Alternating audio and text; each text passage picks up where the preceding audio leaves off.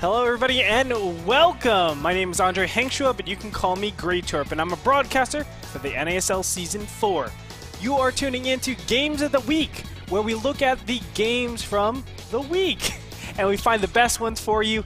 We take 3 games every single week. There are StarCraft 2 games from the North American Star League Season 4, and we put them into a nice, easy way to kind of ingest the material.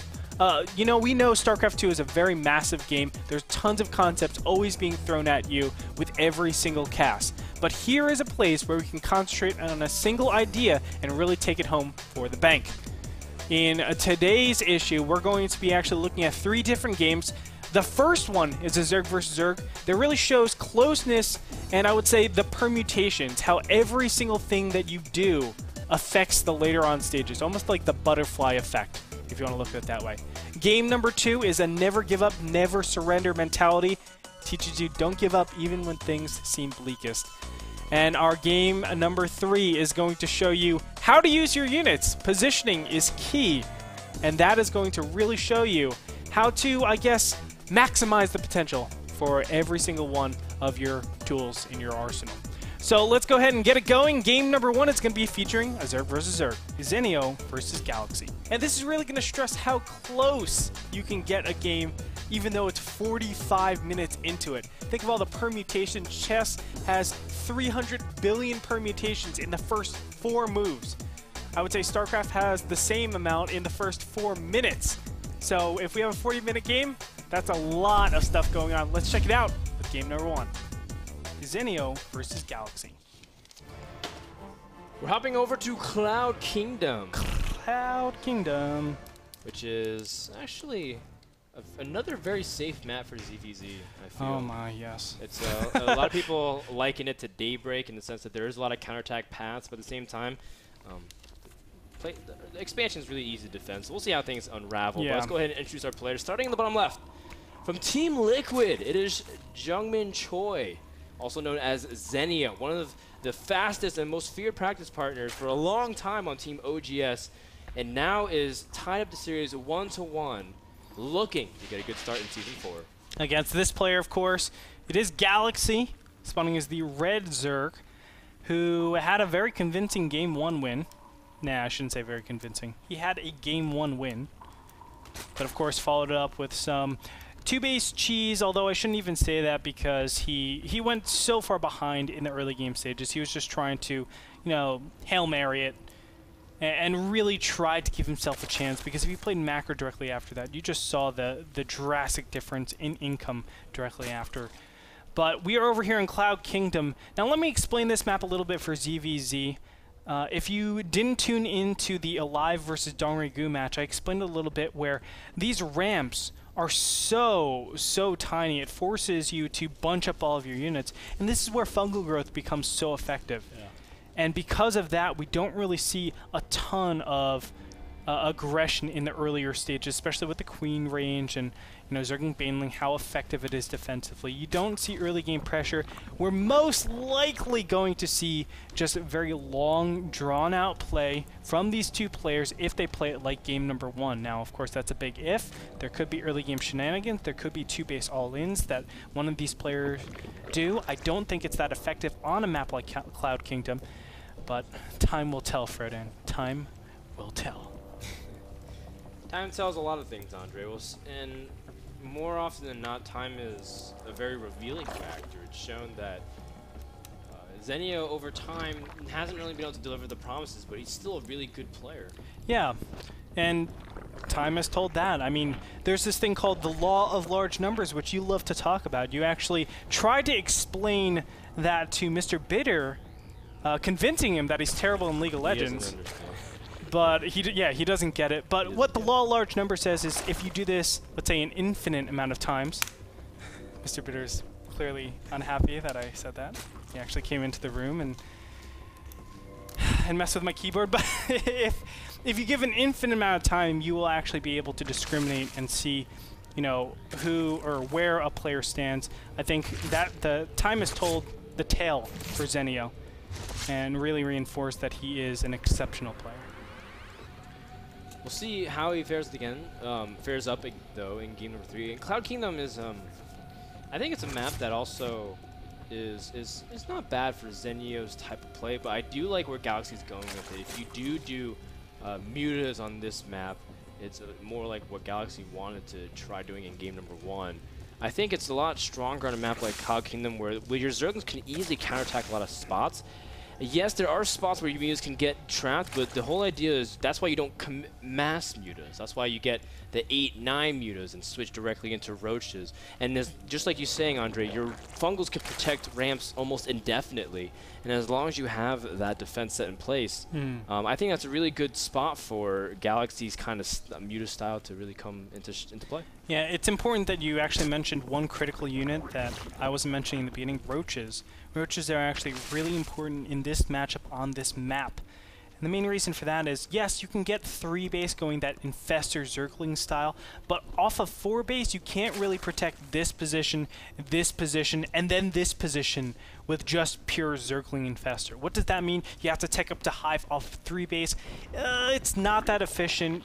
Only the cream of the crop, I think, can pull that off. People like Scarlet, Dongrai Gu, you know, people that we've seen that before, but I think practically it doesn't work as much if you're discriminating against the top players. But roaches are a necessity to actually take a 4th base, because then you can actually defend all your locations pretty efficiently. We're going to see a little bit of Zergling pressure in this beginning phase, though. And again, defensive banelings, this time by Galaxy. Actually, of course, just like game 1. Yeah, almost completely identical, although there's only one Evo Chamber from Galaxy thus far. You can see he is making banelings ahead of time, just trying to sit back, bringing down his 2nd queen as well, so he's taking this very seriously. Zenio does have some Zerglings, but really not that many. He's got 8, kind of threatening. Nice trade 1-for-1 there on one of the banelings, and no, Galaxy's not paying attention to his banelings, trading a little bit inefficiently. Yep, and from here it looks like Zenio is trying to put a little pressure on. Now, really punishing his opponent for not having a Spine Crawler, and these banelings gonna get a massive detonation. Very nicely done. Looks like he will be able to get that one remaining baneling, but the fact of the matter is Zenio able to put on a little bit of pressure. Look at that, 43 to 30 harvesters right now with a total of 13 workers killed. Very nicely done by Zenio. He needs to be careful for the counterattack at this position, so he should be actually getting a couple of Zerglings and banelings. But look at this, 3rd base coming up for Galaxy. Oh, 3rd base this quick after receiving this much damage. And it's under the nose of Zenio. I mean, he did it right in front of the Overlord. Yeah. So, what do you think about this? You don't usually see this kind of response. Obviously, I don't like it at all. I think a lot of +1 timings are very effective against very early 3rd bases. Normally, when you get this 3rd base, you actually give up some of your gas, and you can see just the 2nd and 3rd gas going down right now, no 4th gas. That really allows your opponent to actually take advantage of that and say, okay, I'm going to allocate my gas towards something like roaches. And you can't keep up with my roach count because you don't have gas out. Zerglings and banelings won't be nearly as effective, and as soon as +1 finishes, now your Zerglings are almost completely useless, and a Roach Zergling baneling army is really hard to stop. So I'm very interested to see how Galaxy actually defends this base, knowing that, you know, Zenio is preparing for some sort of Roach pressure.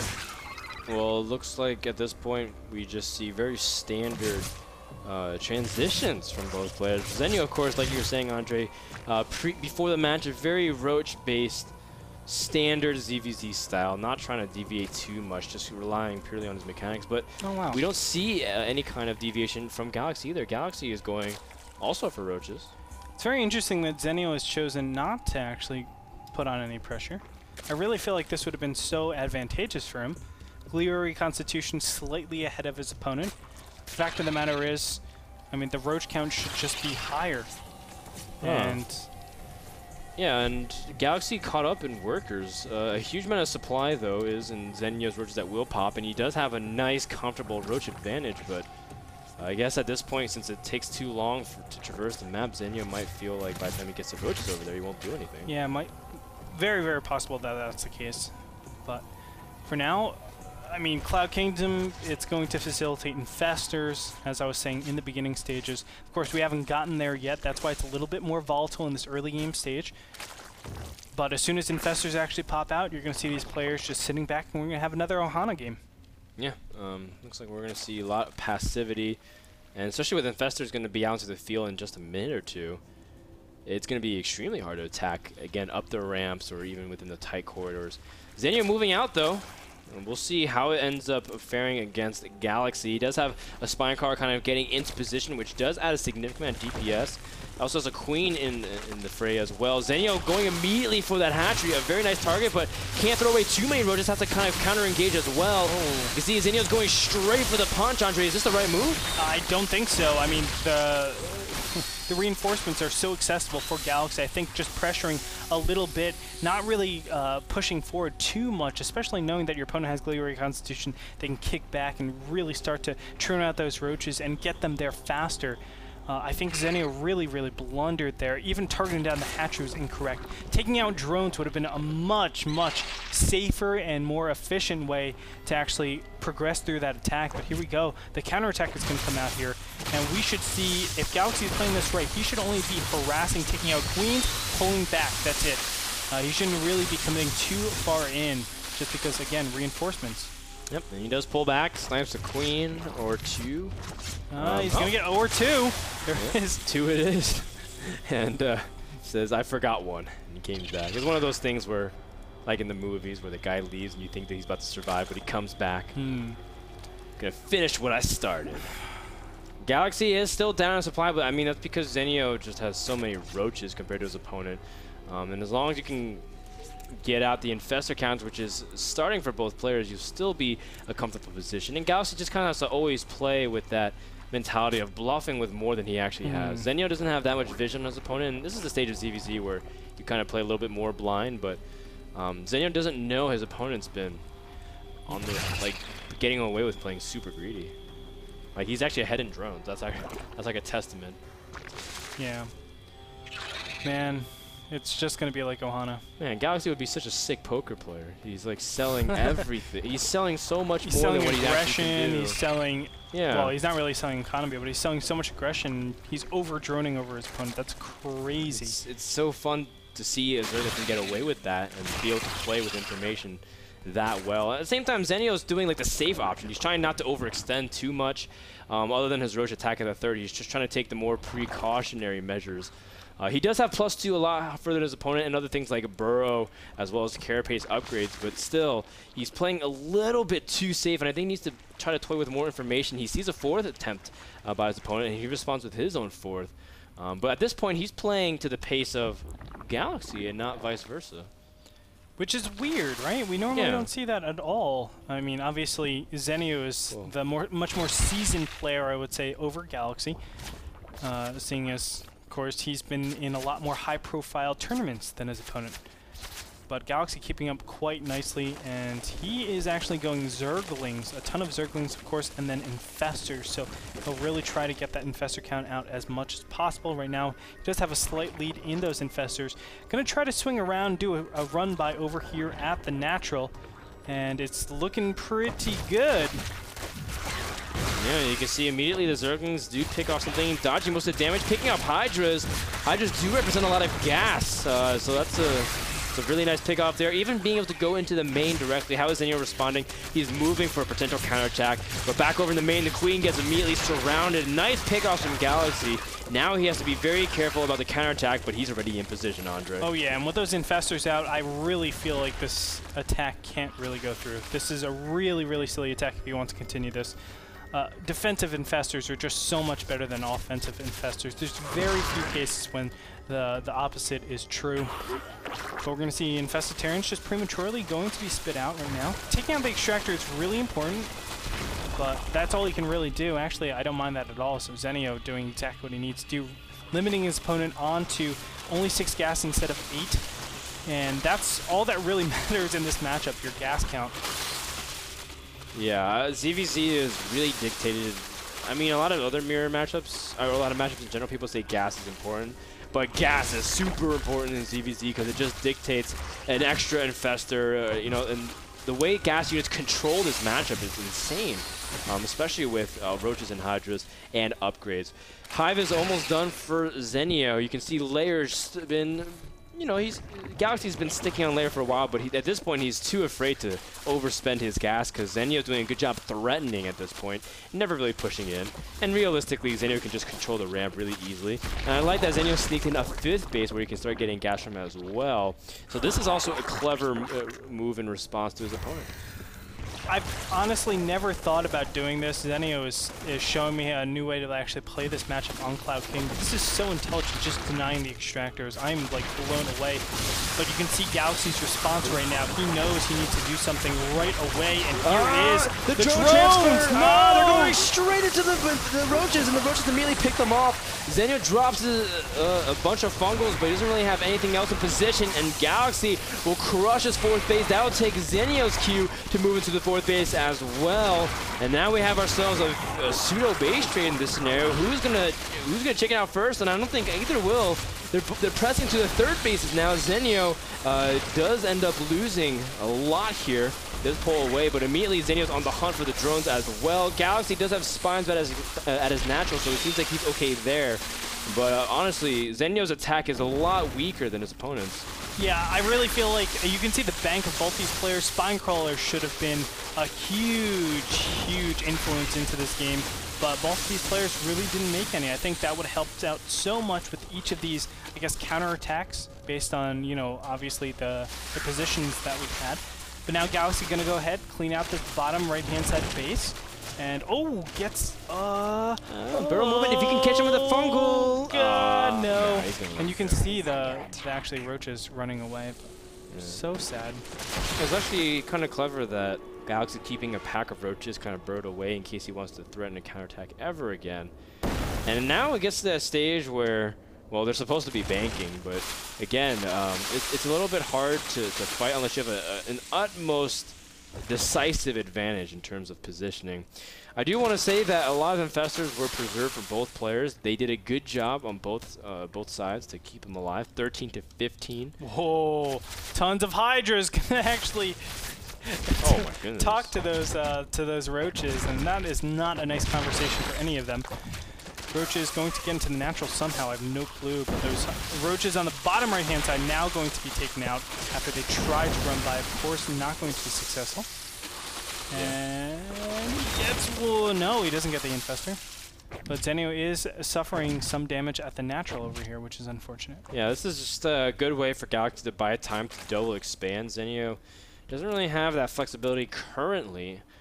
But again, keeping burrowed roaches into the main, very cute play from our red Zerg from MVP. Now MVP's Galaxy is centering all of his attention on the 3rd and the 4th, which is extremely crucial because now both players are going to be mining out of the first 2 bases, Andre, and it's going to start transitioning away. But they have to be very mindful of the counterattack of that natural ramp. Ooh, bottom right-hand position, big around Infested Terrans popping out here. This will surely kill this base. That's going to cue Zenio to actually attack. He has no choice. As you can see, the Infested Terrans are just too much. Nice burrow, actually, just retaining as many units as possible. How does Zenio actually react to this? Now, what can happen is Galaxy actually doesn't defend this 4th base at all. He can drop back all the way to the 3rd base, knowing that his opponent still needs to actually commit. So because Zenio is pretty much income-less. He doesn't have anything, and also Zenio has a lot more Hydras, so he doesn't want to actually engage just yet.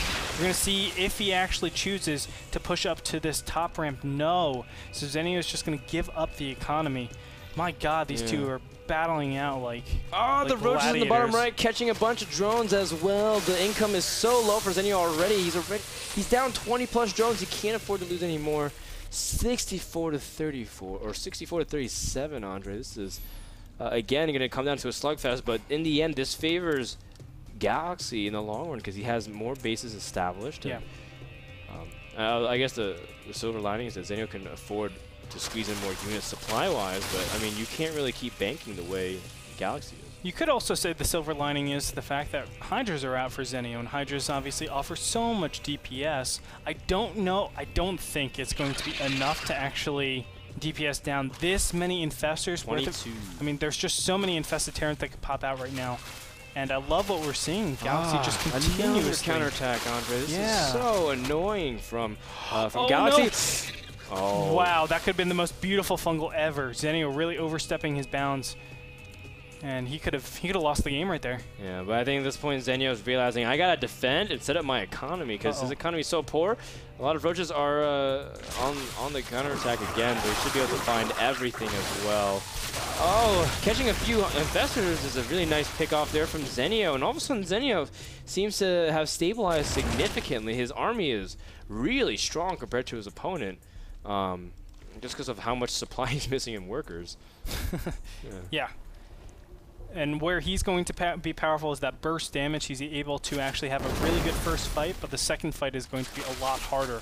If they trade efficiently, then Zenio will be behind because he just doesn't have the ability to actually bank. You can see 2,000, 1,000 out for Galaxy. His opponent, of course, is just struggling. And look, again, another Roach run by going into the third base. And this will surely take out a ton of these drones. He's just going to focus on whatever. These roaches are pretty expendable just because of how big that bank is. But Galaxy does need to think about getting another base. It's really important to keep your base count up. These roaches keep escaping. I don't understand. I have no clue. Just leave an infestor or two in each of the bases and prevent that. Galaxy's been doing this with very much inferior upgrades. He's 3 upgrades behind Andre. He's at 1-2. His opponent's at 3-3. Oh, wow. And Zenio does have that very much in his favor, but I'm so amazed by how much he's able to keep the aggression on. Another counterattack yet again, just being such a nuisance, even cleaning up creep tumors. Although, honestly, the creep tumors help him escape more than anything at this point. He's like, let's shut out our possibility to escape by killing creep tumors. That'll show him. It's just trying to, I mean, it's a delicate balance. It's like, yes, it helps him escape, but it also means that he can't enter that area as well, just because creep tumors are like little map hacks, invisible map hacks. How do you attack, man? How do you do this? I feel like at this point, Zenio's playing with one hand. He's moving his mouse around, and then he's like keeping the left hand like scratching his forehead or putting it under his chin. Like, how do I do this, man? Because in a straight-up fight, Zenio wins. He's got a larger army, he's got better upgrades, and as long as he can, really control the infestors from being impacted, because 25 is a lot of infestors, but realistically, can you even fit 25 in the engagements, unless you drop infested Terrans? So yeah. I think Zenio's just constantly thinking about an attack, but how do you do this, Andre? It's difficult. On Cloud Kingdom, it's almost impossible, FRODAN. I really don't. Oh, here we go. The infested Terrans are going to pop out. Oh, but a huge fungal on the bottom of the ramp. A lot of infestors are caught. Zenio needs to dump the infested Terrans as fast as he can, clicking that T button. And you can see that at this point, the advantage in the battle decisively goes to Galaxy to be able to protect that ramp. A lot of infested Terrans immediately drop. What poise. Wow. What poise coming out from Galaxy. I thought that was a position where Galaxy was actually going to lose a lot more, but he was continuing the fungal growth, making sure everything was locked down. Those Hydras actually die in quite a few hits. I think it's 4 fungals. That's all you need. He made sure everything was locked down. They slowly died, and that's all she wrote. And look at the infestors. They still have so much energy, so they can probably go ahead and deny this 4th base. Zenio is on the brinks right now. He doesn't have a lot of options because he needs to remake the infestor count, the Hydra count, the Roach count. That's a lot of gas to actually invest in.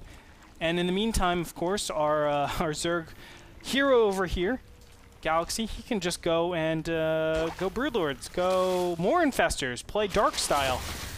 LOL. Yeah, the Hydra count was so much in favor of Zenio. The upgrades were very pretty.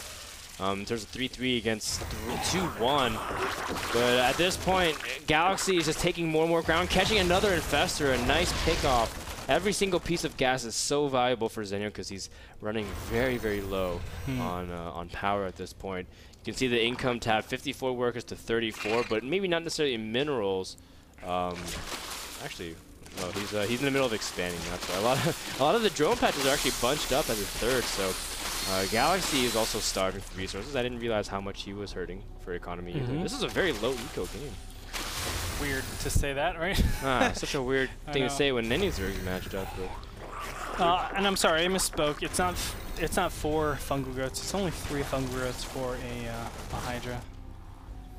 Just going back to that. Well, the more you know, Andre. The more you know. Something that's kind of cute that power. I like what both players do is try to keep like a changeling on their opponent at all times. Scouting their opponent's unit composition positioning is so key. And that's why Galaxy just seems to be in the right place at the right time. A lot of people are like, wow, this is so boring. But at the same time, it's because Galaxy keeps such good tabs. He's got changelings everywhere. He sees the army movement. He knows where Zenio is at all times. And Zenio can't do anything as a result of it. This is just a really smart play from Galaxy. Yeah, going ahead and taking out these burrowed roaches. I mean, I'm surprised we don't actually have more stabilization from both these players. I know counterattacking options are very, very prevalent, but normally you will see spine crawlers actually just lining up this area over here, even though we've been in low econ, just to make sure you're solid on that section and focus all your army over here. And same thing, you just line up spine crawlers, focus all your stuff over here, and these harassers really will never work if that happens. Of course, both these players aren't really doing that, so they're giving themselves each other the ability to actually do these counterattacks back and forth, back and forth, back and forth. Yeah. But that's why we have such a delay in Broodlord tech or some sort of ultra tech, or probably not ultra tech, but some sort of hive tech. And really staying on Roach Hydra isn't the best way.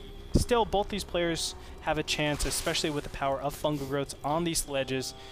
I mean, so much stuff can happen. Yeah, and now it's starting to get to the point where they need to start expanding a little bit more aggressively because their main gas geysers have been exhausted. Their natural gas geysers have been exhausted. Pretty soon their third. Oh! A big fungal attempt here from Zenio. Yeah, this is it. One more fungal needs to go down. And there a bunch of them goes. Oh, there's another one. Beautifully done. This is what I'm talking about. The power of fungal growths. I just said it, Frodan. Man. And just like that, a ton of infestors die for Galaxy. Huge. That's exactly what Zenio needed. The plays, man. Big plays from Zenio.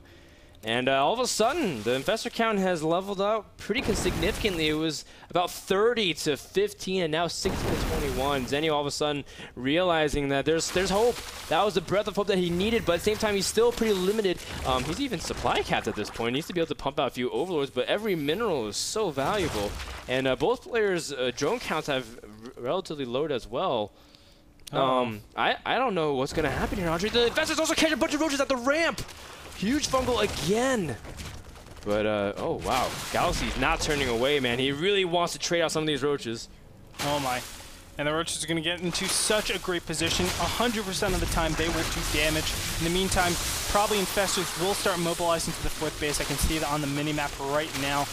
And that's just to take advantage of the position advantage that Galaxy has. Of course, these roaches need to be dealt with. That means a lot of units are going to be taken out of position, and that opens up position for this fourth base to really be harassed hard. Yeah, but at the same time, Zenio can't even get up his ramp. He's forced to fight at the bottom of it, giving more longevity to the army. A lot of infested Terrans at the fourth base. Zenio needs to react. He has so many infestors there. The infested Terrans are tearing down some of the units, but emergency fungals by Zenio. And I don't know whose infested Terrans are whose, Andre, but I do know that Zenio's losing a lot of his economy. Yeah, he needs to fungal those down if you actually want to remove them. There it is. He is going to win that engagement, lose the bottom right. Wow. You can see the bottom right-hand position is going to die. But Andre, during this whole time, Zenio also did infested Terran drop to his opponent, and now Galaxy's down to 8 drones. Wait, and what? Yeah, he did it. He dropped the top left as well with his infestors, and now the bottom right's being sieged. And you see a lot of action, and more infested Terrans dropped here from Galaxy, trying to push back the infestor count. Zenio trying to evacuate. Roaches in the main of Zenio still doing damage, taking out the hive, preventing any kind of tech from dropping up. And you can see that at this point, Galaxy still trying to roam and drop more infested Terrans with his infestors, but he's still trying to buy time here. Zenio's attention being pulled back to the main, but over at the fourth, Andre, he's going to drop more infested Terrans. Oh my gosh, the roaches will take out the Hydra Den now. Here we go. Another volley of infested Terrans are going to come in here. And he needs to eliminate this base. I don't know what's going on. His rally is a little bit weird. And, oh, he gets a nice fungal growth over here on the side. Yes. He will be able to take out a couple of infestors. Looks like, no, 4 infestors will live. But can he actually pull this off? Can he take out this expansion? It's going to come down to the last wire. Close. The infested Terrans from Zenio are fighting back valiantly. All upgrades have been equalized. 3-3 against 3-3. The hatchery drops. You can see that Galaxy is evacuating here as well. Infestors are almost out of energy. And now the supplies are still even 9 drones to 13. Are you kidding me? The Infestor count evened up. The Roach count evened up. The Hydra advantage goes to Zenio. That's been the story all game long, but oh my god, tactics galore this game. Gas That's count all it is. Still favors Zenio. He does have a few roaches, but he picks off the top left expansion. That is a very key spot for drones to be able to harvest minerals from. At this point, both players are long distance mining. Gas is something Zenio really doesn't need at this point. I would actually recommend to put all your drones on minerals at this point because you can't really make anything. But you're right, the Hydra advantage does give to lean towards Zenio. Oh my gosh. But almost everything is even. 37 roaches to 35, 12 infestors to 11. And I don't know. The larva count does favor Galaxy slightly because he has queens. You know, it's going to come down to this last fight, and I actually fear for Galaxy because he has his units all spread out all over the place. These drones, they're going to die. That represents those 3 drones are like 33% of his economy. 4, that's 44% of the economy. Fungal Growth whiffs over here. And Galaxy will try to actually group up, but the Roach is caught in the top left-hand corner. This is a very important moment. Oh, Andre caught a huge group of Roaches also. Oh, he let it go, though. Oh, man. Imagine if Zenio caught all of them. You can see that these Roaches represent so much more than just his army. And he's going to catch these on the left-hand side. That's going to help out so much. He's just going to pop up Fungal Growth. Pop up Fungal Growth. Zenio, you're letting them go! And you can see that Galaxy's trying to buy time, but time, what does it really mean for Galaxy? He's got 3 drones. He's got 3 drones. He's got 1 drone mining. His economy is 20 minerals per minute at best. He really can't afford to lose anything at this point. Oh man, taking out drones again, a big problem. But these roaches are worth a lot more than those drones. You don't want to be losing roaches in this position. Zenio. I can't believe the game that we have right now. After 41 minutes, Zenio has a massive advantage just because he has a hatchery in place and 16 drones on the field over his opponent's 3. That means Galaxy has to attack right now. Well, it means Galaxy can't drag this game out any longer. Yeah. I mean, he's not going to be able to remake a hatchery. In fact, he can't really even remake drones at this point. His economy is so poor. And yes, just like you're saying, Andre, just because Zenio has this in place, he's able to still have any form of unit production. Galaxy still has the Infestor advantage, but he's losing it. I mean, Zenio still has to remake things like his Infestation Pit. And Galaxy still has some guerrilla tactics left in him. He's got 2 Infestors at the 4th base. He's also trying to move into pressure.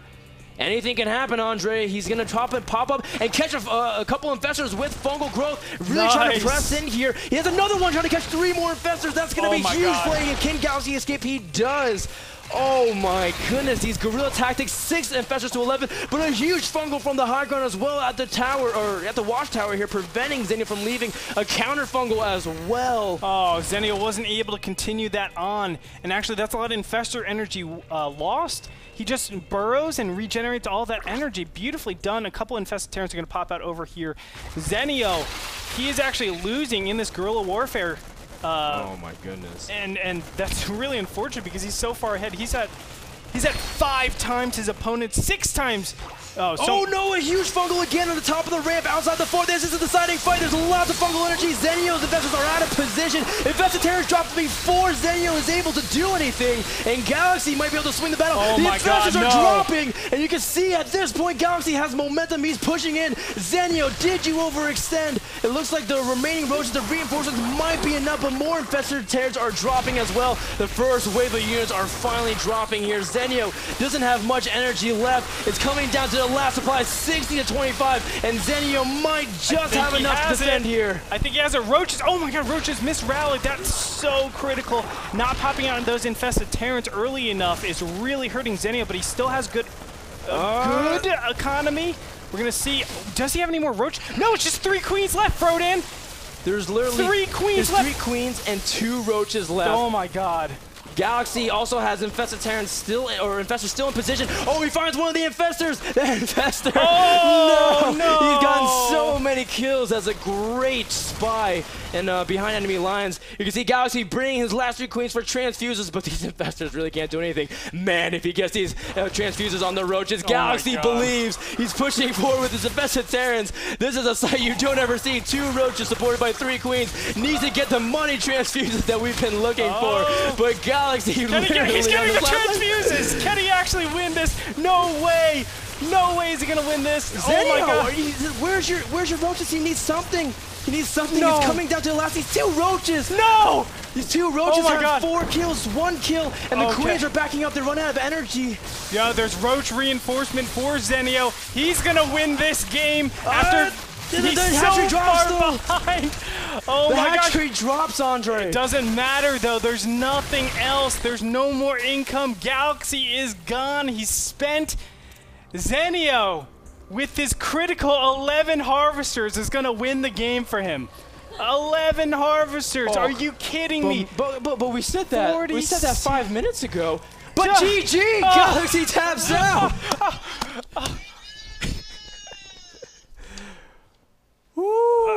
No, don't camera 1 right now. Go to camera 4. Go to camera 4.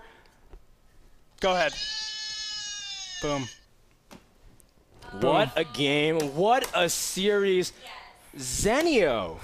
Man, why do you keep producing some of the sickest ZVZs NASL has ever seen? This was, I mean, it was, okay, let's be real, man. The first 30 minutes was like, I can't attack. Will I try to attack? No, it's not going to work. And then madness. Transition into chaos. Transition to everything dies. And I got to give so many props to Galaxy, though, man. How did he hang in there? He almost made 2 roaches and 3 queens take on 10 infestors and 10 roaches. Galaxy was ahead for 80–90% of that game. It was crazy. In the beginning, okay, I shouldn't say that. Maybe 70% of the game. In the beginning phases, he was behind, right? He took that early 3rd base. He was under a little bit of pressure. He tried that counterattacking stuff, but he was behind in that early game stages, especially with that Baneling hit. But as the later stages developed, he was able to have the more efficient armies. He was able to have higher infestor counts, really, really good infested Terran control. But it was just that one infestor battle. That one infestor battle where he lost like everything. 10 infestors. Maybe, no, more than that. 14 infestors. I mean, he tried doing the same thing to Zenio as well. Zenio lost 3-4 right before that last fight. And man, I mean, you know what's also crazy and blows my mind is that that Galaxy lost one of his queens that had like a lot of energy left, so he could have kept the transfuses going. And I mean, if he sniped the drones, sniped everything, and kept his infestors alive, who knows what could have happened? It could have been a 2-drone versus 2-drone battle. And what a game. I got the chance, obviously, to cast that game, and it was amazing. It's really rare that you actually see these games going into, I would say, the last units versus the last units. I mean, literally, there are barely any fighting units on the field. So Zenio definitely proved his worth. But it also proves another thing that we need to keep in mind. It's the Buzz Lightyear mentality. Never give up, never surrender, and that's going to bring us to our second match of the day. It is Mana versus Lowely. And when things seem hopeless, when things seem like you'll never get out of it, Mana is going to be the one to do that. This is going to prove why you should never give up in a game with Mana versus Lowely as our second match of the day. Next game, Andre is on Daybreak. Zerg Break, you mean? Daybreak. They officially renamed it to Zerg Break because every Zerg loves this. I love this map. Yeah, Rhett likes it a lot. Rhett messaged me and he was, yeah, I really want to play on Daybreak more often. I'm like, all right, Rhett, we'll make it happen, I guess. And then we figured out the schedule and realized that he played it like in Tomb Valley like 3 times as the start map. We're like, wait, that's not right. And he didn't play on Daybreak at all. So eventually we fixed the schedule, and eventually all 7 maps were cycled correct. Daybreak is one of the 7 maps. They're all Daybreak for him. Yeah, Daybreak every single day for Red. It's like, huh, week 1, Daybreak. Week 2, Daybreak. That reminds me of the song I heard, Andre, where it's like Monday to the club, Tuesday to the club. It's like Wednesday, I woke up, didn't want to go to the club. Then my friends called me, and I went to the club. This is an actual song. What? You never heard that? No, no. Oh. I'm really out of touch with the music. It was like some kind of house dance music. I never really remembered who sang that. But I do remember these 2 players and the struggle they're having on Daybreak. In the bottom left, we have Lowely going for an 11? Yep, 11 pool. Okay. And in the top right we have Mana, who played very well last game in sort of I would say more of like a chess style, just like one move at a time, one move, focus on this one thing instead of trying to all go for a huge rush.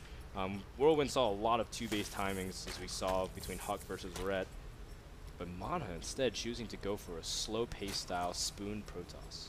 You know, it's very difficult to actually prepare for someone like Mana because you know what you're expecting. You know that it's going to be, you know, just macro games. They're going to play it very long. And it doesn't matter how abusive you're going to be. You can always expect to go to a 200-200 versus 200-200 army. And it comes down to, can you control better than Mana?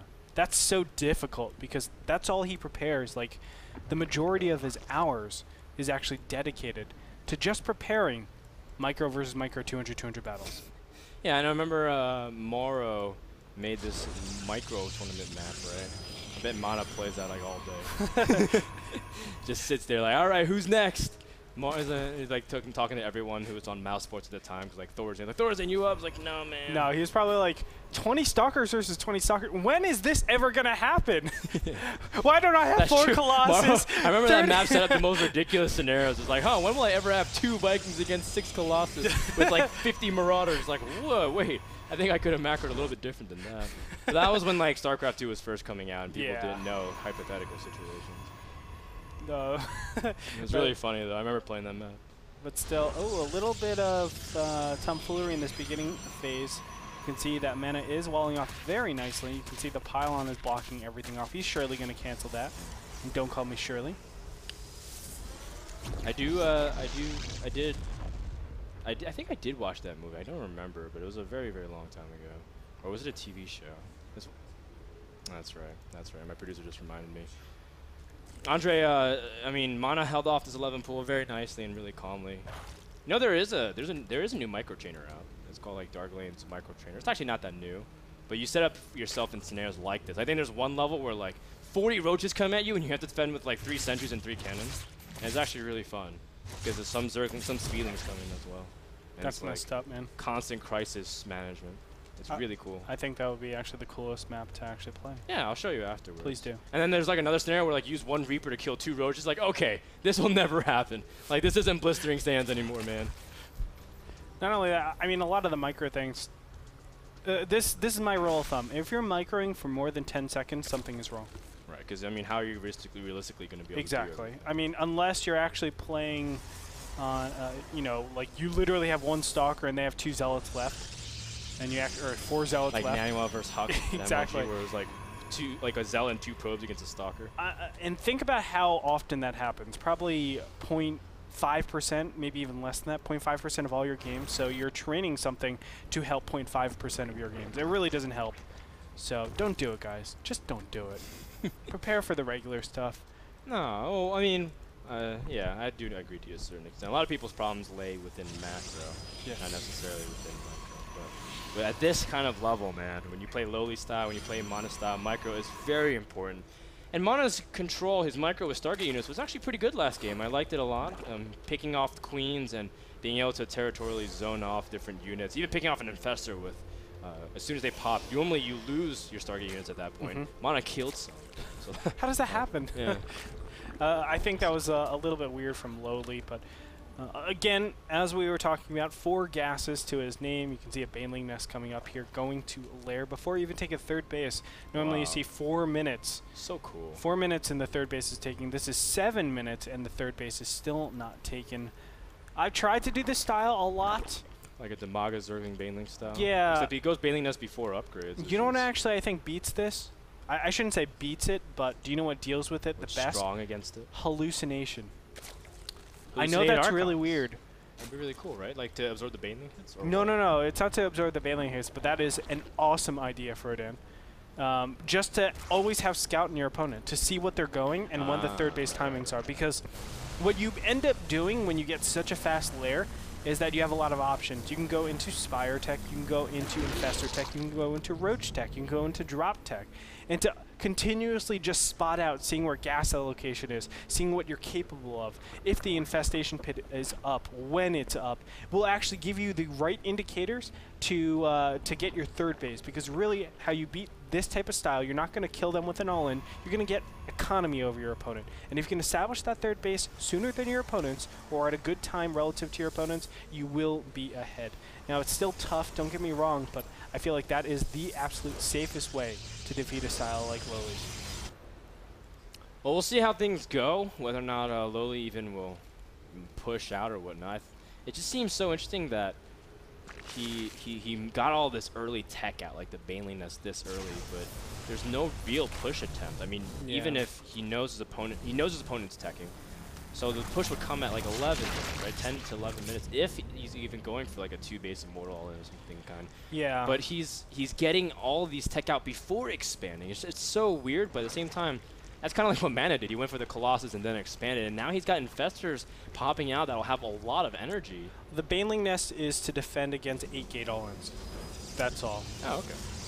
And it's just a nice, secure way of doing it. Now, I have seen people just use Zerglings and Spine Crawlers, which is absolutely insane to me. You can actually defend with just Zerglings and Spine Crawlers. But I think, you know, if you are going tech like this, you actually go something like a Baneling Nest. It's very minor. I don't know for sure. I know there's this guy that actually came up with strategies on how to defeat any all-in.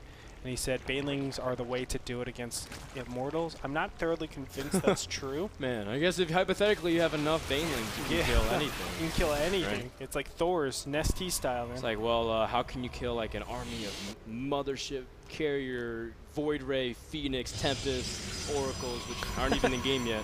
Like, well, just kill all their buildings with Banelings. Of course, Banelings, bro. Like, just destroy all their buildings and you instantly win the game. It's like, oh, all right, now you're just trolling me. But that being said, Mana is doing everything right. I think actually, if I want to actually characterize the game, I would say Mana is ahead economically. Even though that sounds weird, both of them are tech savvy. But the fact of the matter is, Zerg requires a better economy than your opponent. You can't finesse a Protoss all the time. Yes, a lot of the times the early pushes, they can be finessed. You can get that perfect composition, whether it be Infestors, Banelings, Zerglings, Roaches, whatever it might be, you can finesse that. But when you get into the later stages, that does not exist. And when you do not have the remax potential after the first 200-200, you're looking to be in a lot of trouble. Yeah, I mean, Lowely is making a lot of spine calls again in case the 2-base push was coming, because I mean that's normally a good time, 12-minute poke. But he's completely safe, and now he's rejoining back up. Meanwhile, Mana's been probing up this entire time, 60 probes on 2-base before he's even finished the transfer. So he's his economy is going to be in a very, very good condition, like you said. I want to emphasize that even though it might seem like Mana's been gaining advantages, Lowely's been playing very well. Even before coming to this match, he's been on a 6-series winning streak against Protoss, even going back beyond WCS when he played against Baby Knight. So Lowely's been playing some of the best StarCrafts recently. And I think with Infestors out and Spine Crawlers, you can hold off a lot of stuff if Protoss is careless. Well, we saw that with Zenio versus Naniwa. And Naniwa is not a careless player, let me tell you.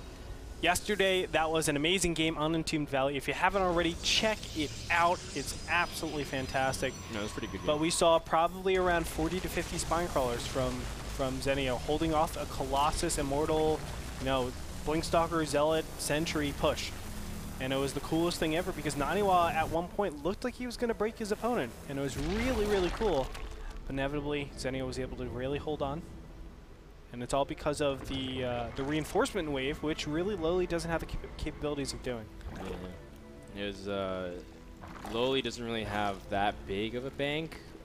You might say that, yeah, he's got 1,500, 1,400, but he hasn't even really made any real direct answer to the Colossus yet. He's got his Greater Spire morphing and a Clever Club on the way. There it is. And as soon as this first army is dealt with, it's going to be tough for him to make any more units because Mana is almost on equal economy at this point, if not even slightly better. Yep. And might be a Suicide Blink. Oh. Nicely done. Taking out 2 Infestors. If he can get 4, that would be beautiful. 5. Oh, he gets 5. Wow, that is almost game ending right there, FRODAN. There's only 2 Infestors left.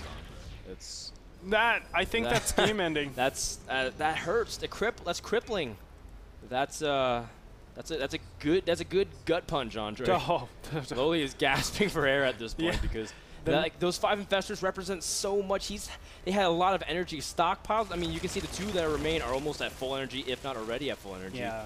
And that should be 5 more infestors that are full energy because he went 2-base tech before going for the 3rd base. Spine crawlers are already rooted, but there's nothing really to reinforce. Corruptors are going in before the infestor's able to do anything. Oh, nicely done. Actually segmenting the Zerglings a little bit longer so the Stalkers won't actually focus on those Zerglings. Instead, focus on the Corruptors, but still, there's just too many Corruptors. He's going to take out all of these Colossus.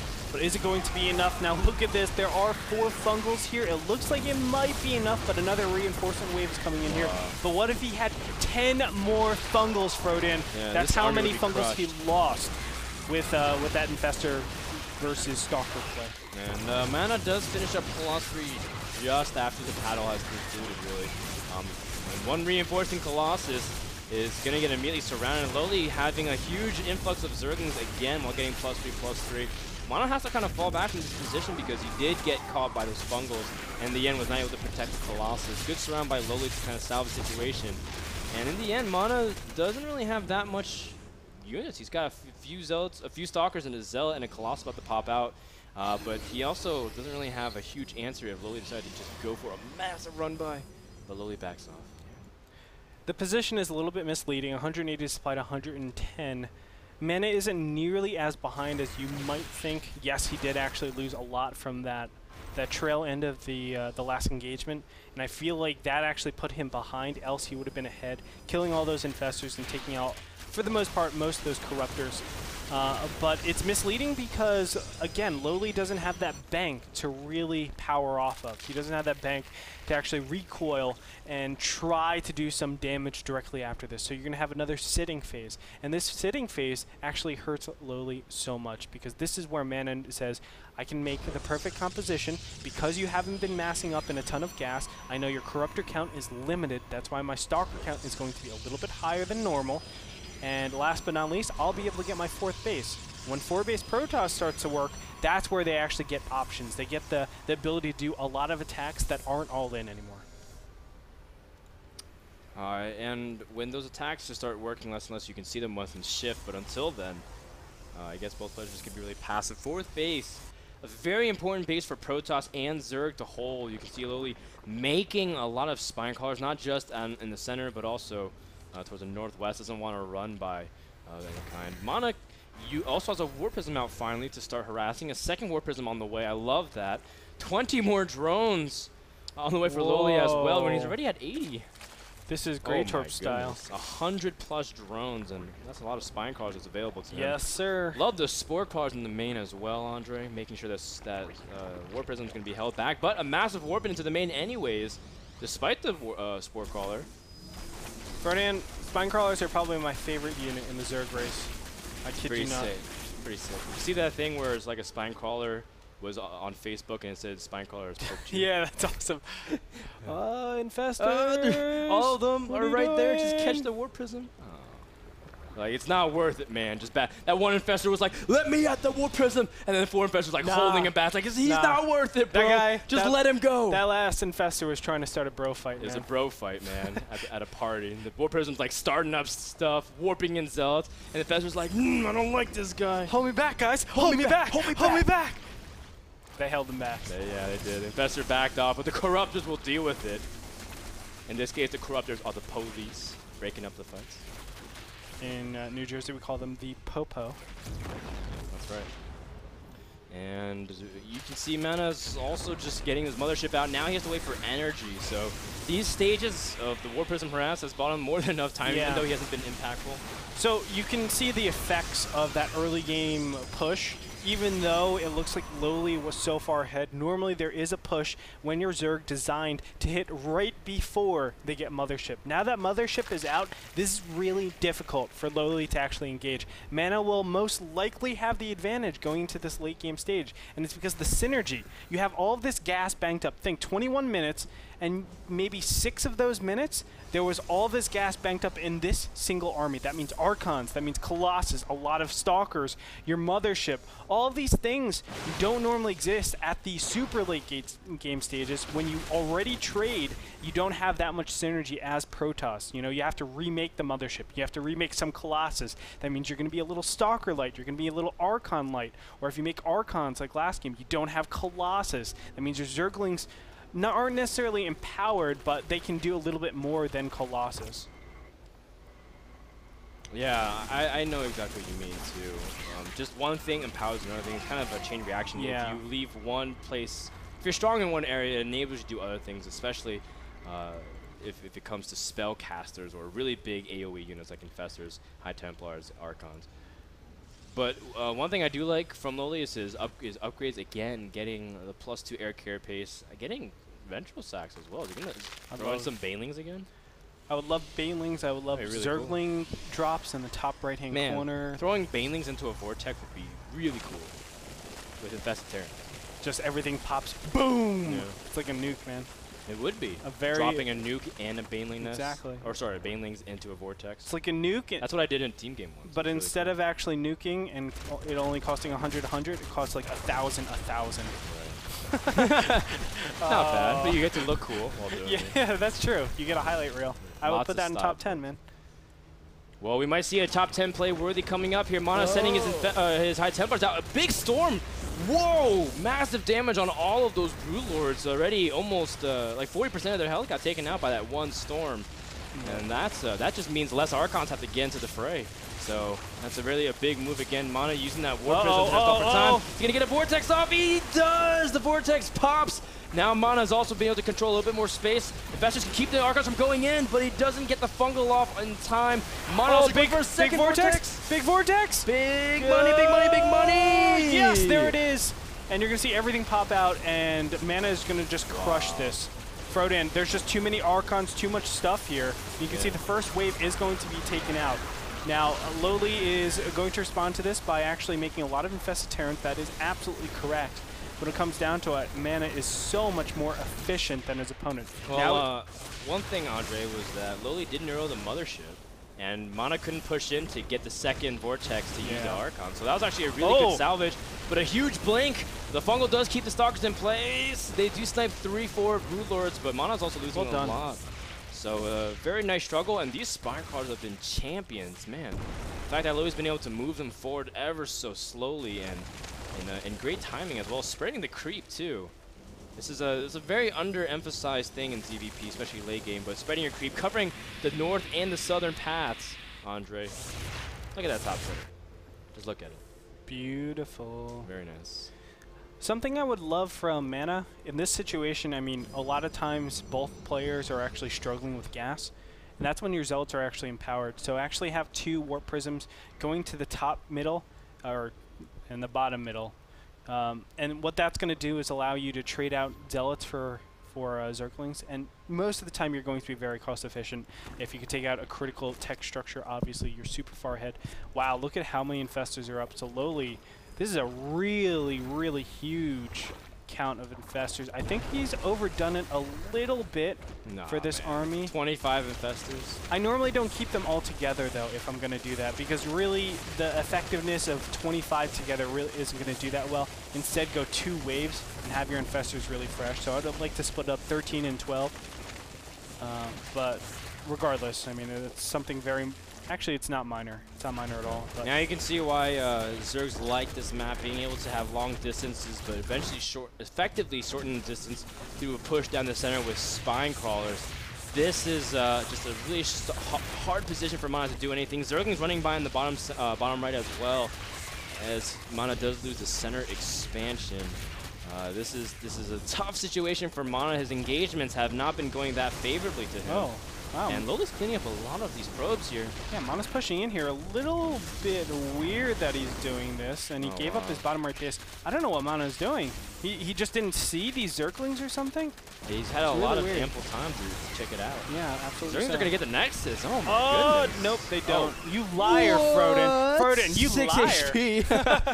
Oh, man. I mean, honestly, obviously, Zerg should have done that. Oh, hero Zergling! Yeah! Man, that one he should burrow just for the heck of it. Could you even imagine being that Zergling, man? Be like, oh man, there's this huge fortress. Did my burning build down? There's this huge fortress. Got it! Yeah. It's one of those things where like one guy removes like some bottom brick of a huge structure and all of a sudden everything collapses. Yeah, it's that guy that loses in Jenga. That's what he is. Yeah. Oh my goodness. It's that guy. I have this awesome version of Dare Jenga, Andre, that I should show you, where every time you remove a piece of Jenga, you have to do a dare. It's really fun. That's messed up. Yeah. No, we can do StarCraft stuff too. Okay, I'll take that. It's fun. Another Zergling run by. You know, I can't stress how important it is to have Zerglings out on the field always, because you need Zerglings to keep up with the mobility of Protoss at this endgame stage. See, Lowely is just chilling here. Yeah. I think it's safe to say Lowely has the big advantage right now, just having this massive advantage. 16 Broodlords on. Yeah, 25 Infestors. 16 Broodlords, 25 Infestors. 25 Zerglings, 25 Overlords. Oh my God, it's a sign. It's a. It's way too much. Mana is giving up too much space. The creep pushing effectively shuts down any ability for him to counter push. Mana does have room for Vortex, but I mean, he's still got to deal with the massive, massive wall of Lowely. And now he's cornering him to one spot. Lowely's sectioning off, gets a fungal. He needs to get a couple more fungals. He can also neuroparasite the mothership. Oh, but feedback preventing him from moving any forward. That's a good engagement thus far from God, Mana. No, Lowely. No, Lowely. Not a single Broodlord was left untouched, and all of a sudden he gave up so much mana. Are you really going to do this? Oh no, they're all pushing. The Archons can access. The Archons have access. What? You weird. That is off the map. How are they even doing Oh my God. No way. Are you kidding me? Wow. All right, well, Archons literally went off the map well, to kill. That was a good game. Man, that was LeBron James extension. That was a very Archons good game. like extended one arm, like just barely get sucked in. Holy cow, Mana able to pull this game from the depths. Lowly 16 Broodlords, 25 Infestors, and yes, even the 25 Zerglings went down as well. No way. FRODAN. Mana, he's got full control. I mean, Lowly can't remake an army like that quickly. Sure, he's got the resources, but he doesn't have time. Mana saved almost everything. He feedbacked the Infestors. He kept the mothership alive. He's got another Vortex, again, coming up soon. This list is ridiculous. Mana now able to push in. The top left expansion is done. Lowly re-migrating. Mass exodus to the top center of the map. One Archon says, oh, I got this. I was going to hunt down this expansion, but there's so many Spinecrawlers. Lowly will probably make one final stand. He's got a few more Broodlords and Infestors, but the Infestors don't have energy. He's got enough for one set of Fungals. He might be able to engage, but I mean, Mana's even got 4 Colossus. This Spinecrawler wall is useless. Mana doing the impossible. Lowly fungling and buying some time, but how much time will we be able to get? He's making some Banelings. Maybe if he drops a Baneling with an Overlord and crush the entire army with AoE, but is he going to be able to do anything? Storms on the Zerglings. Andre, this is the closing seconds. They're clumped up again. No! You're going to get Vortex! No! No! Oh, those Broodlords getting caught. More Archons. Archons are pushing forward closer to the Vortex. And Lowly losing the remainder of his units is going to be devastating. Only less than 100 supply, about to disappear in an instant. And Mana coming back.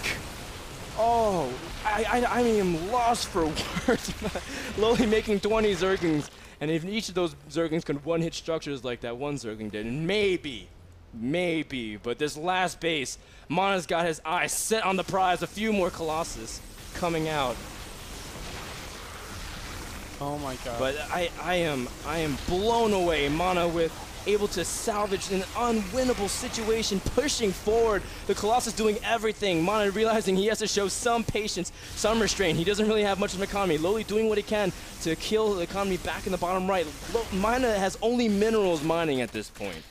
Only minerals. He's run out of gas, guys. He's got 18 probes. Lowly's got 28 drones and 6 Infestors, 8 on the way. But this mothership's going to get enough energy for another Vortex soon. FRODAN, if someone just tuned in right now, this makes Mana look like the sickest 3-base all-inner in the world. Wow. I mean, there's nothing more to say, man. This is absolutely crazy. I can't believe Mana actually won this game. This mothership has just been so destructive. The drones, they can't escape. The remainders, the last few drones of the remnants of Lowely's economy is being shredded, and Mana's just pushing forward. I got one answer for what's for dinner tonight, Andre. It's Broodlords. Broodlords. Oh my god. Yes. Apparently Mana is the newest Irish chef, man. This is disgusting, Andre. Mana is still at over 100 supply. Now he's got the bottom rights with economy. Lots of zealots waiting for any kind of Zergling run by. That's it. Mana's done a checkmate. He's going to be pushing forward more and more. Sure, Lowely's got this last batch of last 2 walls of Spore Crawlers and Spines and Infestors. But Mana has economy while Lowely doesn't. He can mass something while his opponent can't. Yep, that's exactly right. He's going to clear out all the creep tumors, but this is all just a formality right now, FRODAN. I mean, Lowely's dead. We know that. I can't believe that. Lowely's spreading creep at this point. Oh my gosh. 5 tumors. He has nothing else to do, man. He's like, well, I like, can't drone, I can't inject, I can't, what am I gonna do?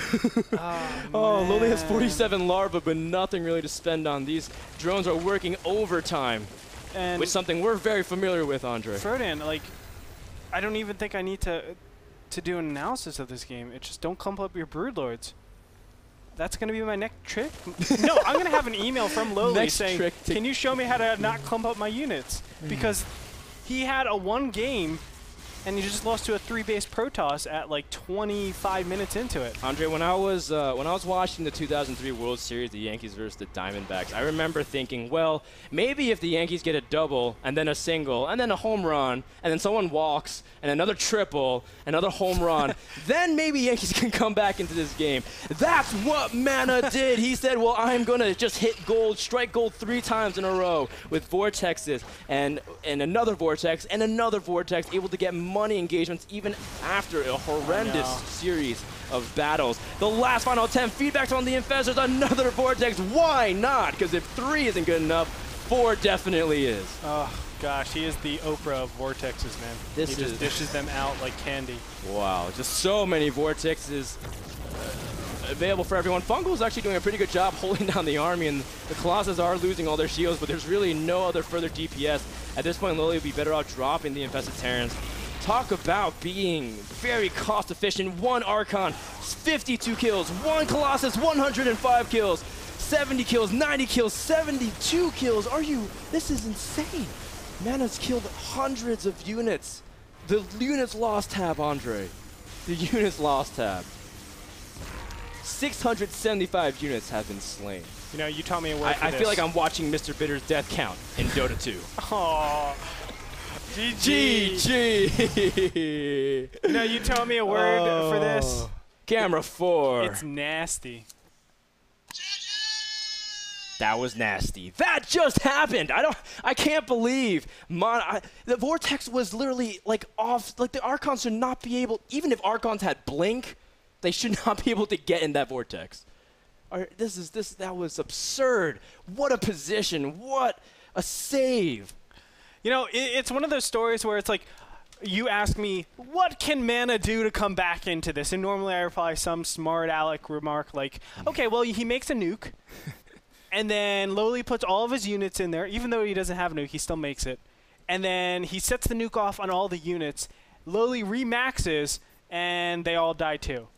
That's exactly what had to happen. Like, ridiculous. Lowely. I am absolutely floored, He's guys. kicking himself. He's kicking himself right now. It's one of those things where it was, how do I lose from this situation? And you just find a way to clump up everything perfectly. The one instance, we said it's all or nothing, man. In that case, it was all. Seriously. Never give up, never surrender. That is what you have to live and die by. Obviously, Mana was so far behind 3 bases, and he's still able to come back into the game and win it. If that teaches you anything, never, ever, ever stop. Even though you think things are hopeless, it can always turn around. So game 1, of course, shows how close a game can be. Game number 2 shows never give up, never surrender. Now it's something a little bit different. It's positioning. what do we do with our units? How do we position them to actually do a lot of damage? A lot of people think it's just, you have 7 units, I have 5 units. Well, how do I put my 5 units into a place where it doesn't matter and your 7 units are useless? You're going to see that right now with QXE versus MMA. They're 2 Terran players that met up on Entombed Valley. Watch the units. Where do they move them? Why do they position this way? That's going to give you the answer to how to use your units in the most optimal way possible. Our last and final match of Games of the Week goes to MMA and QXE. Fair enough, Kev. Yes, of course, the whole ranking system that you're talking about is just, we looked at all the tournament results of 2012. We said, hey, we want the most successful guys to be in our league. And we graded them. We got them here. The result was getting Dongregu, MMA, Violet, and Tasia, and I don't think anybody can argue against those invites. We can always argue, Ben. There's always room for arguments. And Naniwa. And Naniwa. But Naniwa was brought in as a replacement to Crazy Moving, who retired. But he was also brought in off of the rankings. Yeah, it was an invite based on the rankings. Anyways, complexities. QXC is our purple Terran spawning in the right bottom side of Entombed Valley.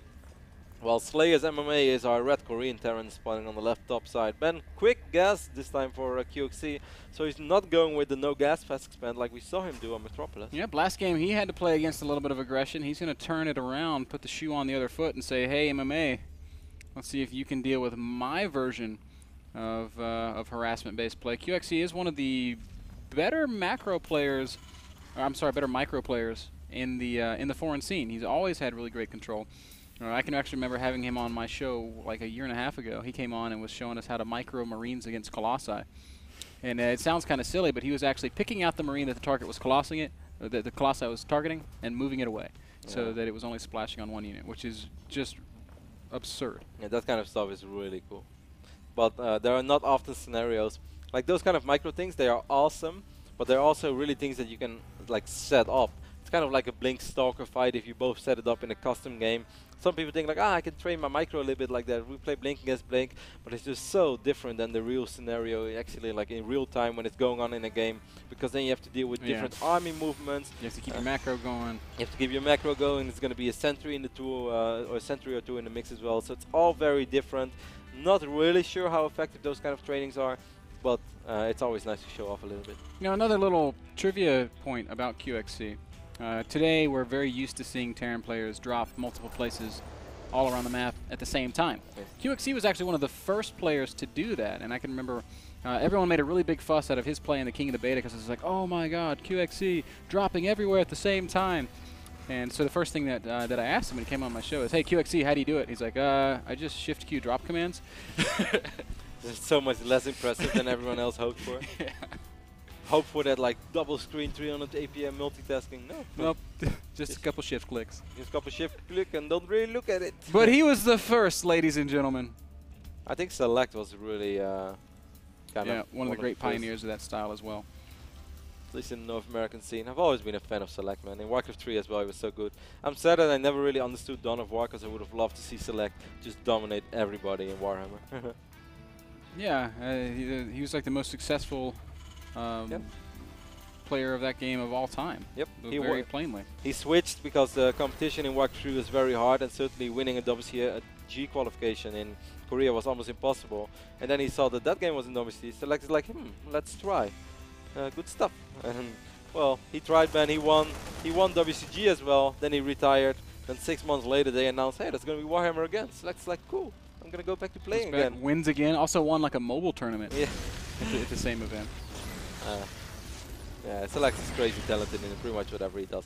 Anyways, man, focusing on this game, we see Hellions cruising around the map. Both players having sort of identical openings. Yep.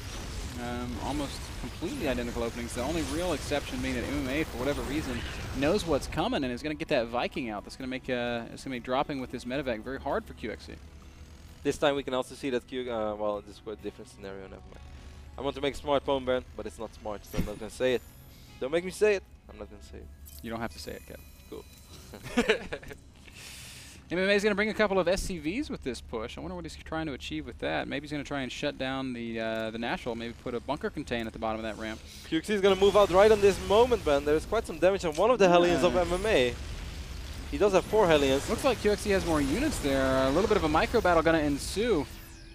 But this is going pretty well for QXC. Medevac is even going to take a couple shots from this Viking, but everything continues to be pushed back. Viking gets shot down. Great play by QXC. Supply-wise, it's QXC who's in the lead. He is going to go ahead and take a fight here. No Medevac with MMA's army means that he cannot fight these Marines, and QXC once again finds himself in a very good early game position. Yep, definitely got the better hand of that exchange. We can see in the units lost resource step as well. Here is that Medevac finally for MMA. Oh, and MMA's just going to expand right in the face of this aggression. It's going to be kind of hard to attack uphill, though. Yep, got to have good control on both sides, and MMA does have great control. QXC as well, microing very nicely, but I think this... No, the Viking actually adds so much damage output and damage absorption to that. Now it's going to lift and try to shoot down the Medevac. Oh, actually very nice for MMA right now as well. He's going to have a Viking, dealt a lot of damage. The Marines will finish it off, and he will be able to kill the remaining Marine as well. Taking a look at the income tab right now, Ben, we see 28 SCVs for MMA and 28 SCVs right now for QXC as well. Command centers are, well, it's a little bit quicker for QXC, but the command center is actually in position for MMA, so that's going to even things out. Yeah, very exciting little micro-intensive early game skirmishes on both sides of the map here, and at the end of the day, the result is a pretty even game. 20 army supply to about 17 army supply, 30 workers to about 30 workers. QXC is ever so slightly ahead, Kev.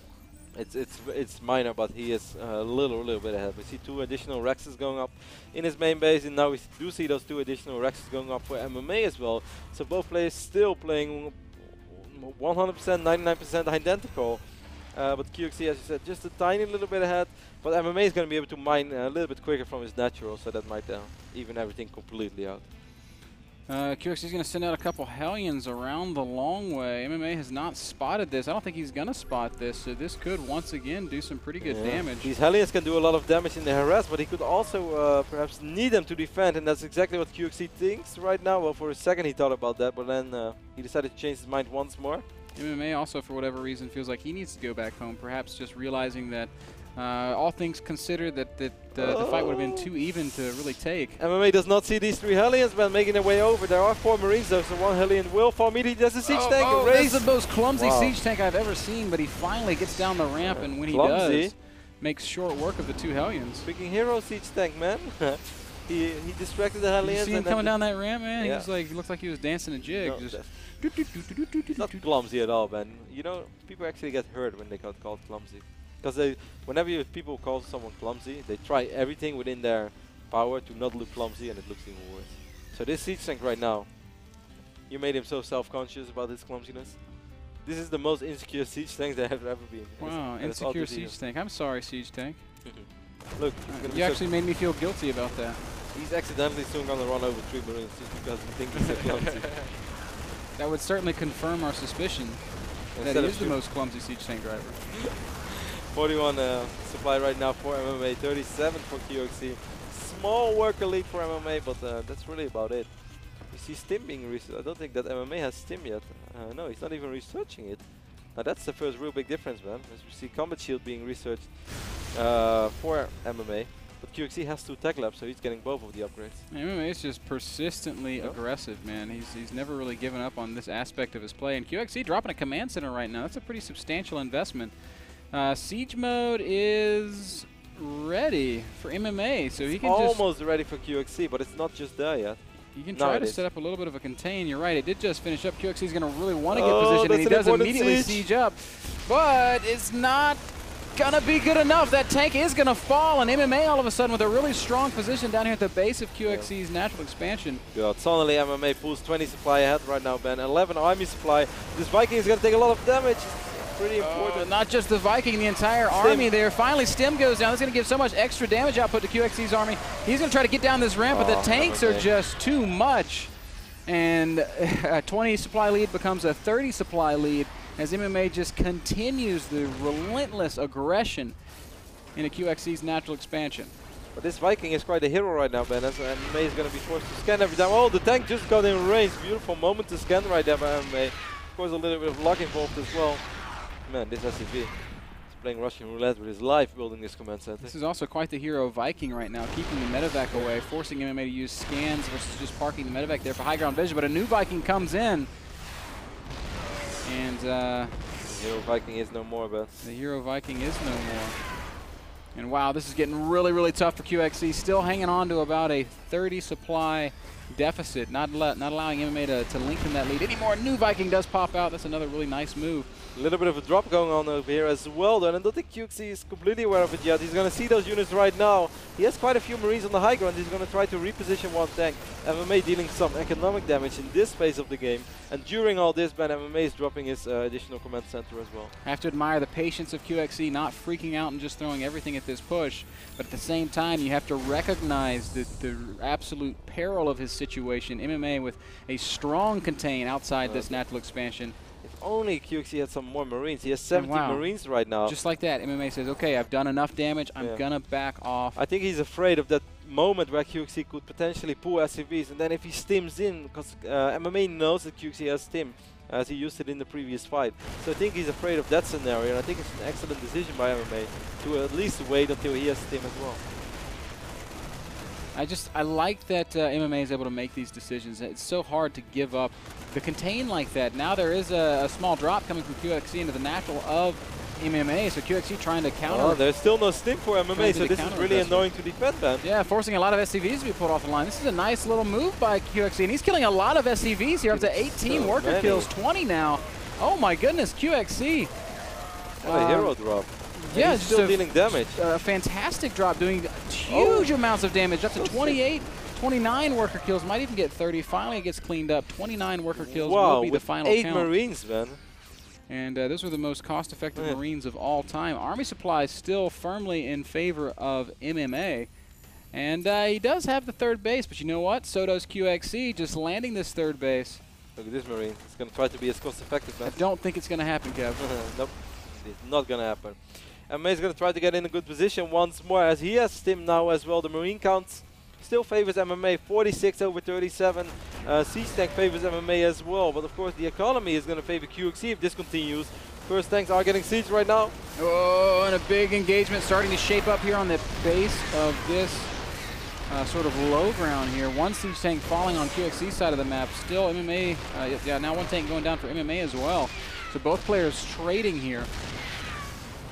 Supplies are very, very even, but we have to realize. Oh, Marines gonna stim in. All the tanks are just going for it as MMA unsieges. QXC tries to roll the dice. It comes up Snake Eyes, and he has to pull back. Snake Eyes, stare down. You know, Snake Eyes is also like when you play a drinking game, you can have Snake Eyes, and then everybody's not allowed to look at you. So you know. Yeah, I've played that drinking game with you. You thought it was stupid, right? It was fun. Until we had to start naming capitals. And like, you know every capital of every country in the world. And I'm like, Texas? Upgrade-wise, QXC is slightly in favor as well, man, as he has 2-1 upgrades on his bio units, while MMA is still on 1-1. He's getting his second upgrade as well, but the tank advantage is just so big for MMA right now. Yeah, that really is a big deal. Viking advantage does go to QXC, though, and he is able to pick off a medevac or two there, which is also a big deal. Having control of the skies means that MMA can't shoot up to that high ground. So QXC making the right steps, making the right moves, allowing himself to continue to be more and more stable. Even jumping into a supply lead for the first time in the game, Kev, that army supply deficit is only 6 army supply now, whereas it was 30 just a few minutes ago. And he has those bio upgrades. If you would force a fight right now, certainly if all the tanks are on siege, I really think that if he stims in, he might be able to make something happen. But it's so hard to catch MMA off guard. Yeah, it's really so positional. MMA just constantly scanning. And it's actually MMA is going to stim and run forward here a little bit dangerously. Does manage to bait QXC into a couple tank shots. Let's try to get a sick container. There's a medevac full of units there as well. Oh, a lot of Marines. I think MMA actually had a superior Marine count in that particular engagement, but didn't want to risk running into more tanks. Medevac man is going to lead this fight. Absolutely even game right now. 162 supply to 167 supply, 110 army supply to 102 army supply. Really nice macro by QXC right now, producing 11 Marines at once. That's really going to help out so much. Both players, I mean QXC once more getting close to supply block though. That's an ugly moment. But he does enjoy this upgrade advantage that you keep coming back to, Kevin, and it's about to be +3, +2 against +2, +2. Which is just, it sounds so minimal, but it is so huge when you have +3 attack stim Marines.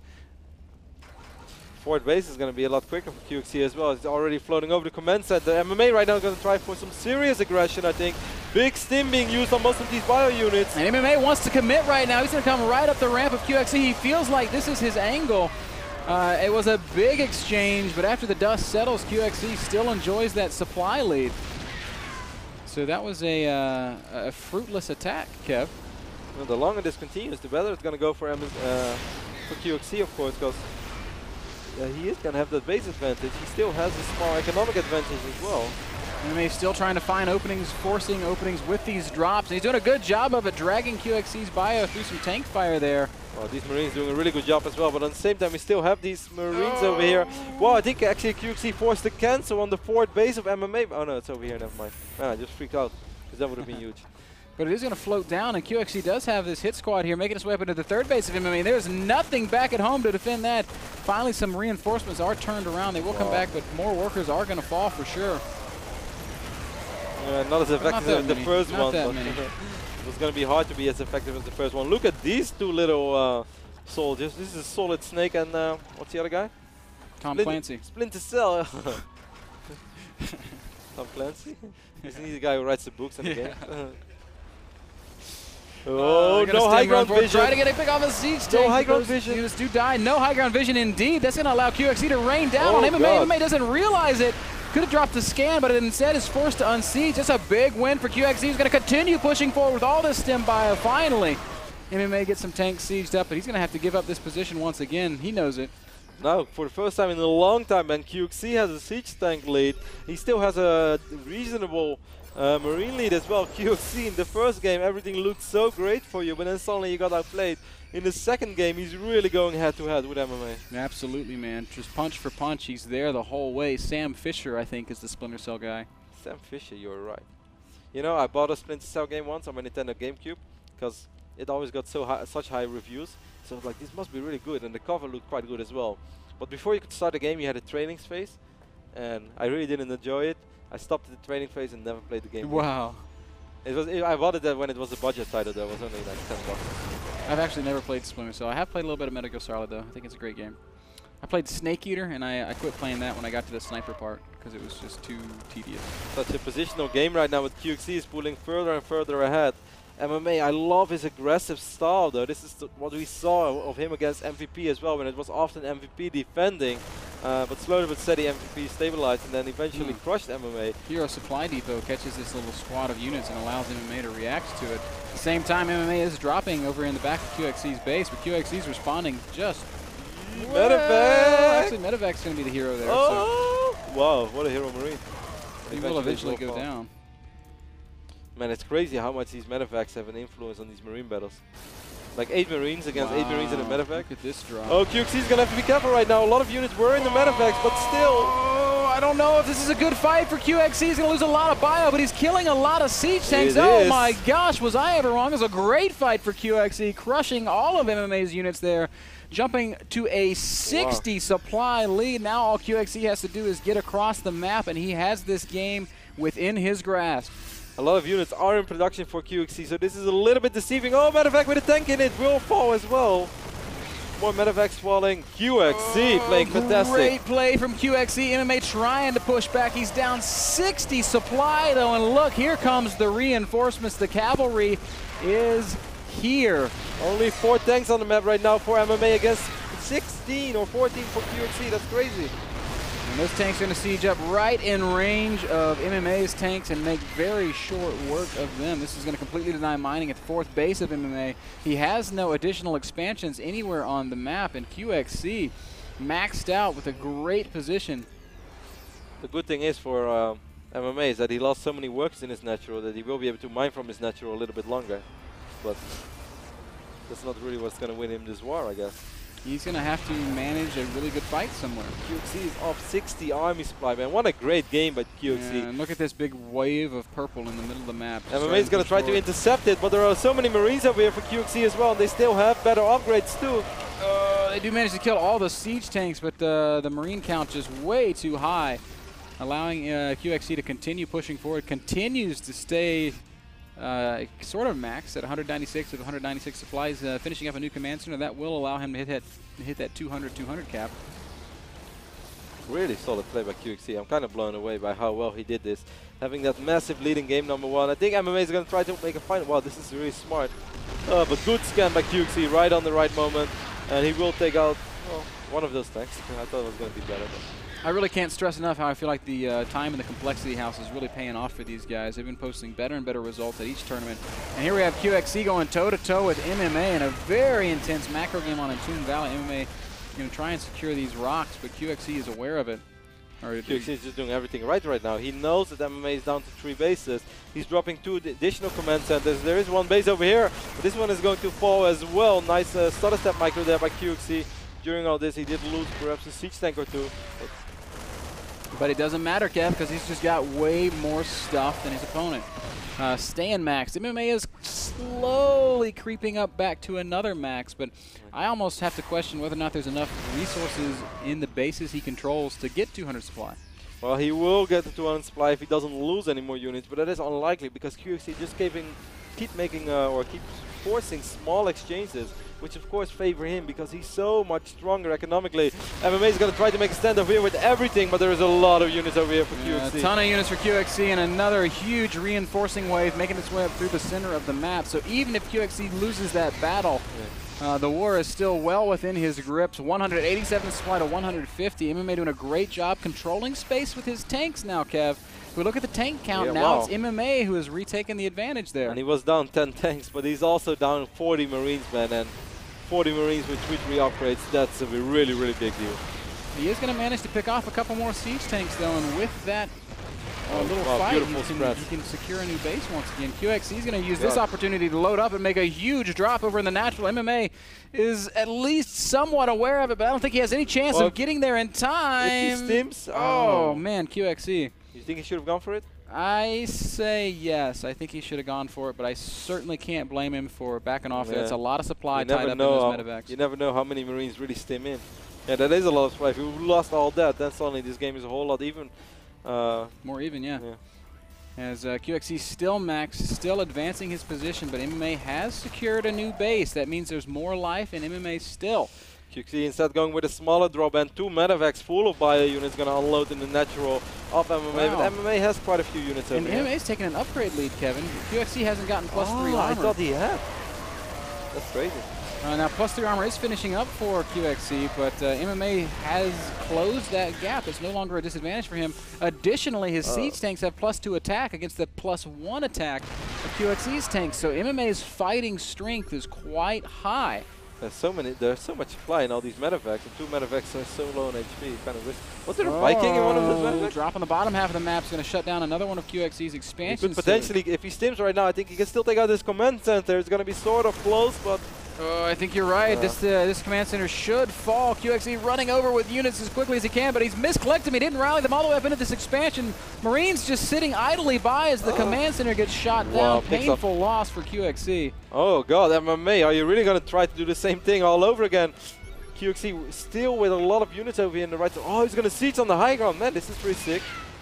Yeah, so deny some mining. A nice use of position here by QXC.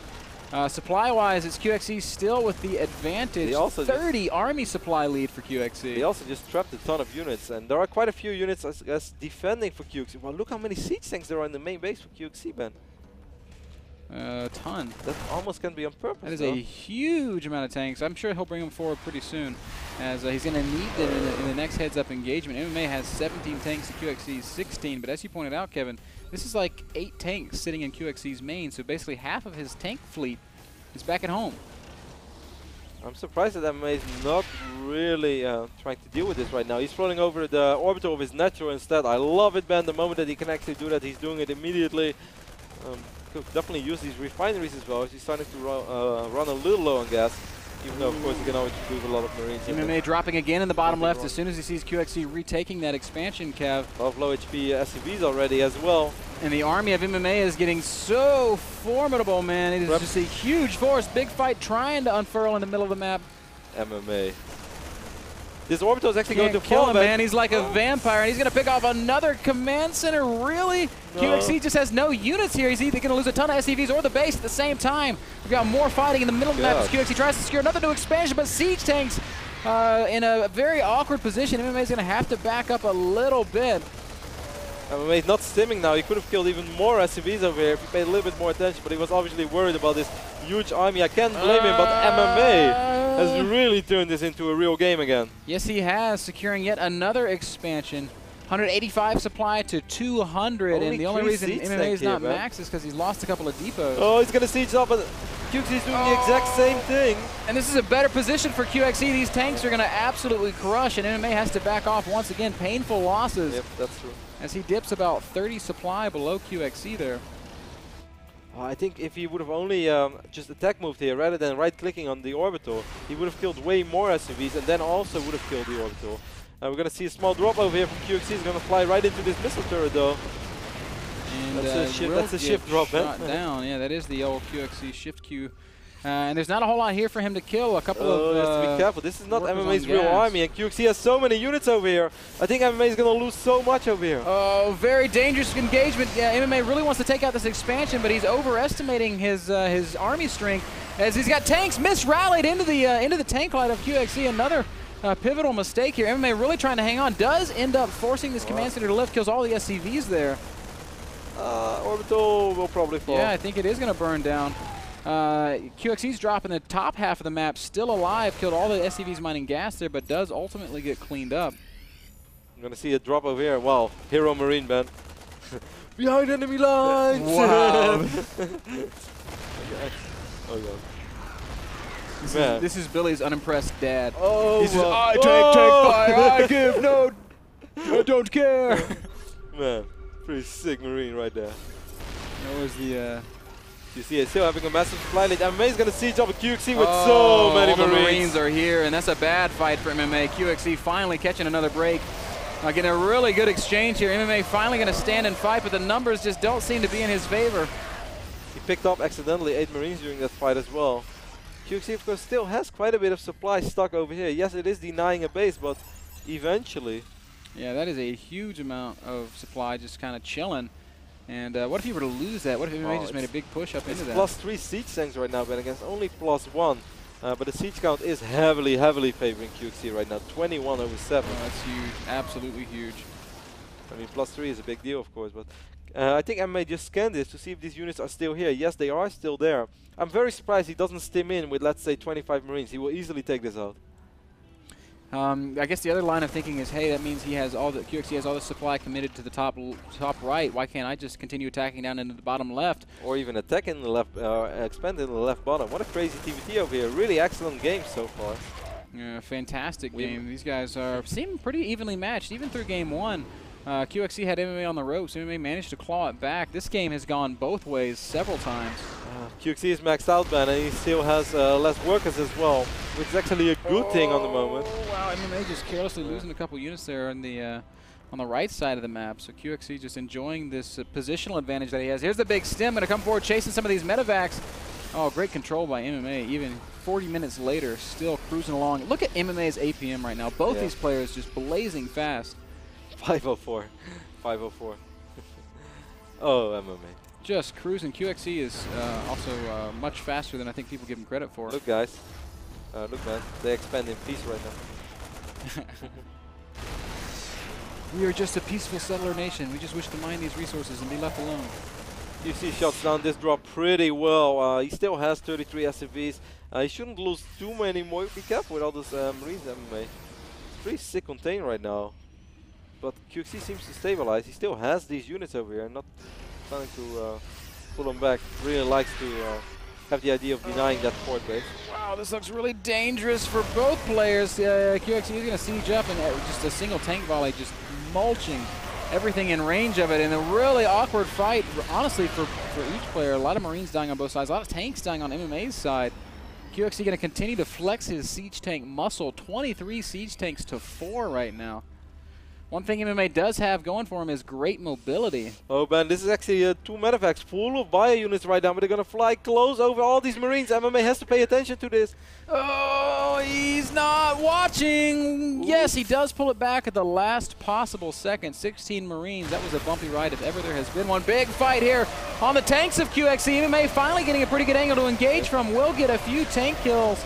A lot of tank kills, in fact. 24 siege tanks becomes 20 just like that. Careful, MMA. You're misrallying some units, though. QXC still up 40 supply ban, and these Marines are kind of trapped right now. Wow, right now QXC at 190 supply against 130. That is a 60 supply lead. QXC doesn't know yet. Is he unaware of this expansion? Yes, he's never seen it. Oh, and Marines on the high ground, but there is vision here granted by those medevacs. No, no, he still did not see the Still orbital. doesn't know about the expansion, but if he sends something up there to chase those medevacs. QXC. Yep, that expansion will be spotted and it will be crushed. That's really going to hurt because this is the only mining base right now. 4 Slayers, MMA, all these SCBs will fall as well. That might actually be the killing blow, Kev. Yep. MMA dipping down below 100 supply. QXC is maxed. 200 of 200 supply. He's going to try to deal with this little attacking, prodding force of MMA, but nothing doing there. MMA in worlds of trouble. Absolutely fantastic TVT by QXC. Fantastic. That is the best word to describe it. QXC has just played almost perfectly for 43 minutes now. MMA does manage to land his command center once again here on the this center left expansion, but QXC all over it, drops it immediately. MMA is going to try to make a final set. He knows that he needs his base. The orbital's running quite low on HP already as well. He's going to siege up. QXC just has so many units, and as you said, man, he's still maxed out, and he has a little bit of a bank as well, while MMA is broke. He has nothing. Yeah, nothing doing for him. And there it is. MMA concedes. GG gets called, and QXC in impressive fashion ties it up. 1-1 is the score. There will be a game number 3. Well, there will be a game number 3, exactly. Man, I don't know, I'm kind of blown away because the first game QXC had such a big lead and you really felt like, well, QXC, if you're ever going to beat MMA, it's going to be this game. Somehow, some way, MMA turned that one around. Then game 2, he just goes toe-to-toe for 43 minutes. Perhaps a few bad engagement, but overall, excellent decision-making. Yeah, and really at no point was game. MMA way ahead. Like, no. This was just QXC's game from beginning to end. Very, very nice play. And that's going to do it for Games of the Week. I hope you guys enjoyed those games. You know, StarCraft 2 is pretty massive. There's so much information that is being spewed out. It's an overload. You can't handle it all. Here is where we are able to really, I guess, materialize it. We're able to focus on one thing and take it home for the bank. And what did we learn? We learned, number 1, in our ZVZ, kind of like a never give up, but also how every move you make affects the future, just like real life. Game number 2, never give up, never surrender, even when times are bleakest. And game number 3, we learned positioning of our army and how it can really do a lot more for us if we just slightly alter the position of those units. That's really awesome, and I hope you guys enjoyed it. Also, check out all the other VODs and do the same thing. Focus on one thing. What are these players doing? How is it so cool? And you'll be able to enjoy StarCraft a whole lot more. You can find out more information at NASL.tv. But until next time, this was Games of the Week.